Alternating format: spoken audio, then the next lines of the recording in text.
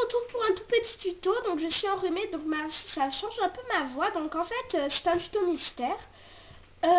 Donc c'est mon deuxième tuto sur la chaîne Choupette Gaming. Donc juste apprendre à faire des chemins en terre. Comme dans la rue commerçante. Donc je vais pas aller dans ma ville pour ce tuto. Mais en fait, comme vous voyez, il y a des patterns, enfin il y a comme un chemin en terre dans la rue commerçante. Donc je vais apprendre à le faire dans votre ville. Donc je ne vais pas le faire en direct, mais je le ferai dans les jours à venir. Donc mettez-vous à n'importe quelle saison, ça marche. Donc en fait vous allez commencer devant votre maison, c'est mon conseil. J'ai vu ça sur un blog, mais je ne sais plus où est ce blog, j'ai pas beaucoup cherché.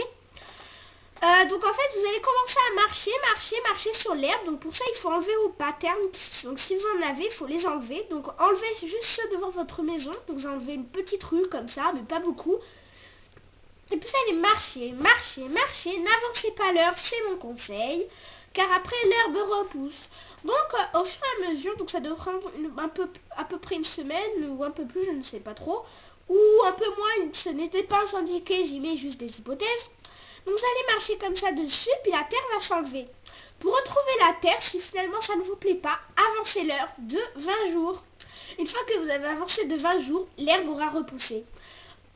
Donc si les chemins en terre vous plaisent bien, comme on peut observer dans la ville de Kokoro, qui est une ville comme ça, je conseille d'aller le visiter car elle est très belle.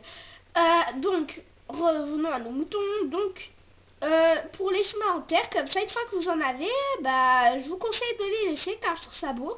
Puis vous allez enlever encore des patterns, marcher. N'oubliez pas de bien marcher sur vos chemins. Il faut marcher sur toute votre route pendant assez longtemps pour pouvoir regarder.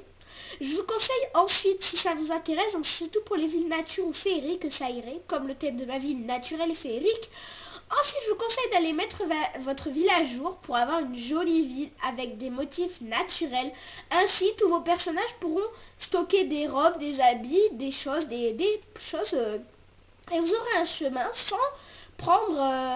si vous avez un seul personnage, ça ne prendra pas ces motifs. Bon, allez, je vous dis bisous. J'espère que cette vidéo vous aura aidé. En tout cas, moi, je montrerai le résultat dans pas longtemps quand je l'aurai fait. Allez, bye!